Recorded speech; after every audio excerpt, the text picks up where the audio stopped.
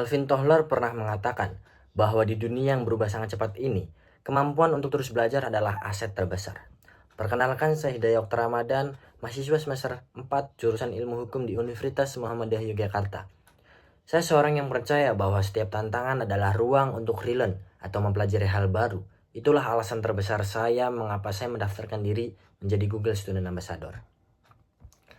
Hal yang paling saya sukai dari inovasi dan budaya Google adalah cara mereka melihat teknologi sebagai alat buat menyelesaikan masalah nyata. Produknya kelihatan simpel, tapi di balik itu ada cara berpikir yang sangat rapi, mengerti kebutuhan sehari-hari, lalu bikin solusi yang praktis dan gampang dipakai. Sebagai mahasiswa hukum, saya juga terbiasa berpikir memakaikan logika dan analisis. Di hukum, kita harus paham dulu masalahnya secara utuh, baru cari solusi yang masuk akal. Menurut saya, pendekatan Google itu mirip banget dalam masalah, lalu bikin sistem yang bisa bantu banyak orang. Itulah jadi Google Student Ambassador, itu buat saya adalah cara buat menyalurkan minat saya itu sendiri. Saya pengen jadi penghubung antara teknologi dan mahasiswa, termasuk mahasiswa hukum yang mungkin belum terlalu dekat sama dunia teknologi. Padahal banyak tools Google yang bisa bantu banget, mulai dari riset, kerja bareng dokumen, sampai mengatur data. Kalau saya dikasih kesempatan bikin acara TEDx and Chill, saya pengen ngebuat kegiatan yang namanya Solve the Case with Google. Konsepnya sangat simpel. Peserta dibagi jadi beberapa kelompok, lalu dikasih kasus ringan.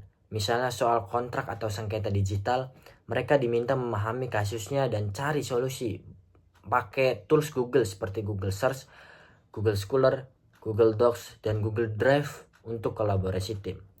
Di akhir sesi, tiap kelompok presentasiin cara mereka menemukan solusi dan tools apa yang paling mereka ngebantu.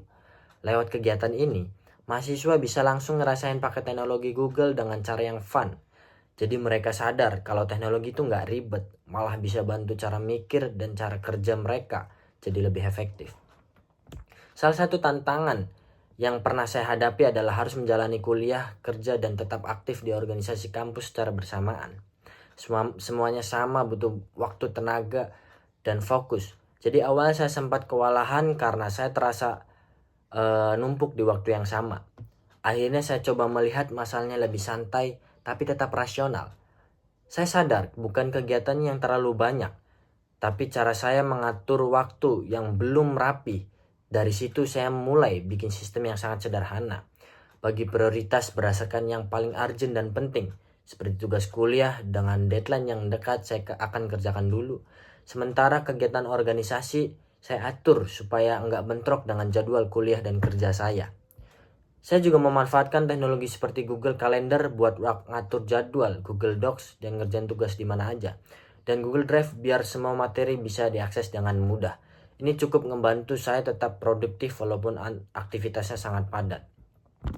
Dalam 3 bulan pertama, pencapaian yang paling membuat saya bangga adalah jika saya berhasil membuat mahasiswa di kampus lebih sadar bahwa teknologi bisa menjadi alat untuk meningkatkan cara belajar dan cara berpikir mereka.